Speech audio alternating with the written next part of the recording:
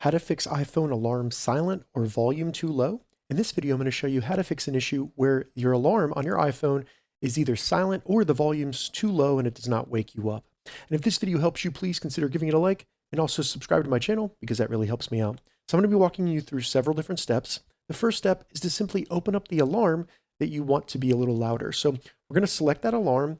And the first thing we want to do is just make sure that we actually have a sound selected for the alarm so that it has something to play. So go into sound, and if there's a sound selected, that's fine, that's perfect, you're good to go. But if you have none selected at the bottom, the alarm will not make any sound. So you can easily fix that by adding a sound. Now that we've gone through the alarm and made sure that it has a sound assigned to it, let's open the settings on our iPhone.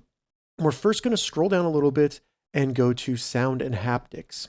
So the volume for your alarm is controlled by the ringtone and alerts right here.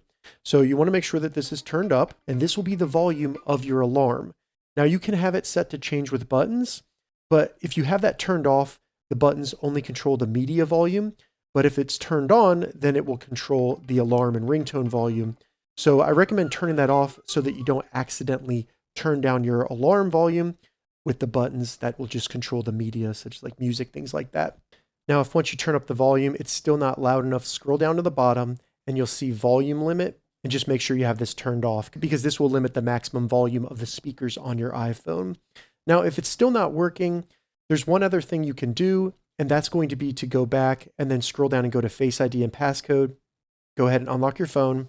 Once you get into Face ID and passcode, scroll down and you'll see attention aware features. So this is a feature where if your phone detects your attention, such as you're looking at your phone, it will limit the alarm and different alerts like that. People have actually told me that turning this off fixed their alarm volume issues. So you can toggle that off. Now, if you can't turn that off for some reason, check the description. I have a tutorial going over that.